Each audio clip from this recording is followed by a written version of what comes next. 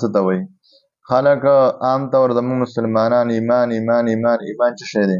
نو ایمان د څلور شیونو نه جوړ دی. دا څلور حکماو ذکر کړي دي چې دا څلور د ایمان علامې دي. چې په چا کې د څلور علامې وي دا مسلمان دی، ایمان پکې دی. که په چا کې نه وي نو بیا د مردم شمارۍ والا مسلمان دی، خو د الله په نسبت باندې مسلمان نه دی.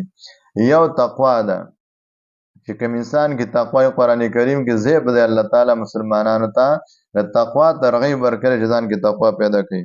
او دویمه حیا ده چې په ځان کې حیا پیدا کړي. دا هم قرآن کریم کې او احادیثو کې د ډېر فضیلت راغلی چې حیا ځان کې پیدا کړي. ګوره ځان بې حیا مه جوړوئ.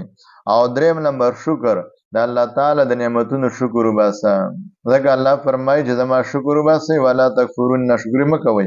په شکر الله تعالی خوشحالیږي او په ناشکرۍ باندې الله تعالی خفه کېږي.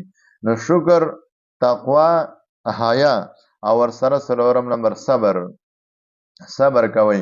صبر چې په چا کې راغلی نو دې کې ایمان ځای شو. چې په چا کې د څلور کارونه بس ده کې ایمان شته، او چې په چا کې نه و نو بیا په دغه انسان کې ایمان نشته، د ایمان نه